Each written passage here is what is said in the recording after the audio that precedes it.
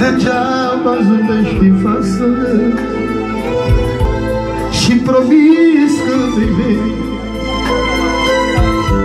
dar în viața mea o speranță că tot la mine vei veni. Și concluzie: cine-ți mai deschide ușa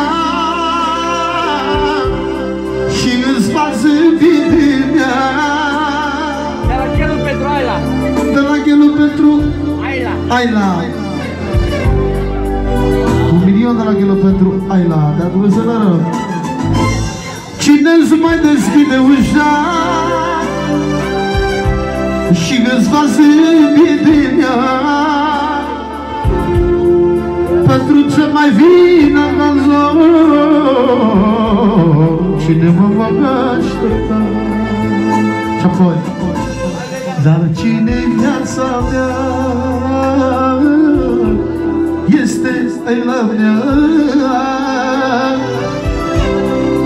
e puterea mea, toată mângâierea.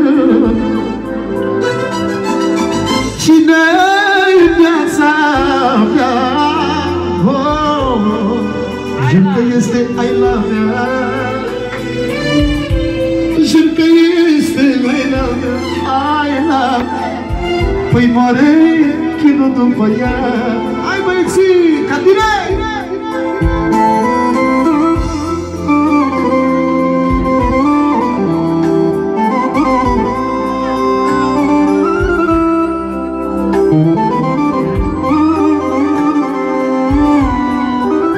Azi pentru că ce spune: sărăcii vorbele tale, dar și sărutul tău nu vrea. Să-mi dea mângâierea moale buzelor de adiviam. Degeaba zâmbești în față,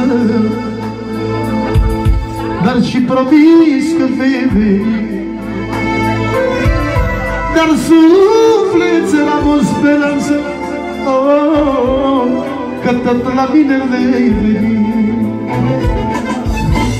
Cine-ți mai deschide ușa, dar și îți va zâmbi din ea?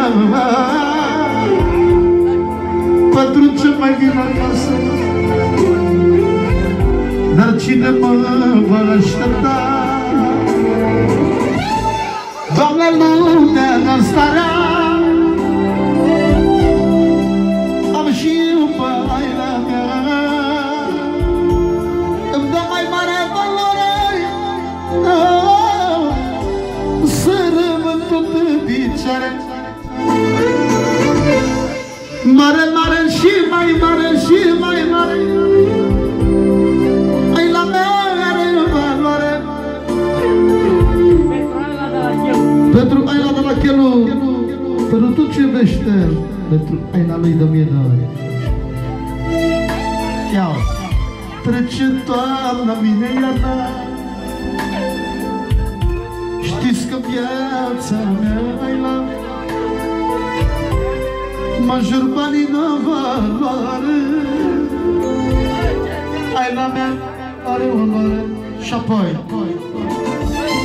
cine-ți mai deschide ușa,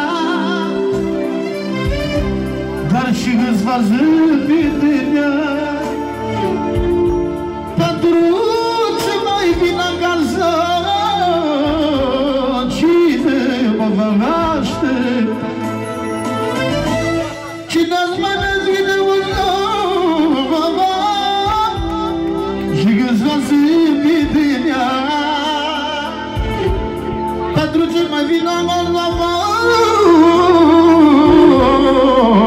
cine mă va aștepta? A să vezi cine să rămână la trească familia și tot ce iubești tu.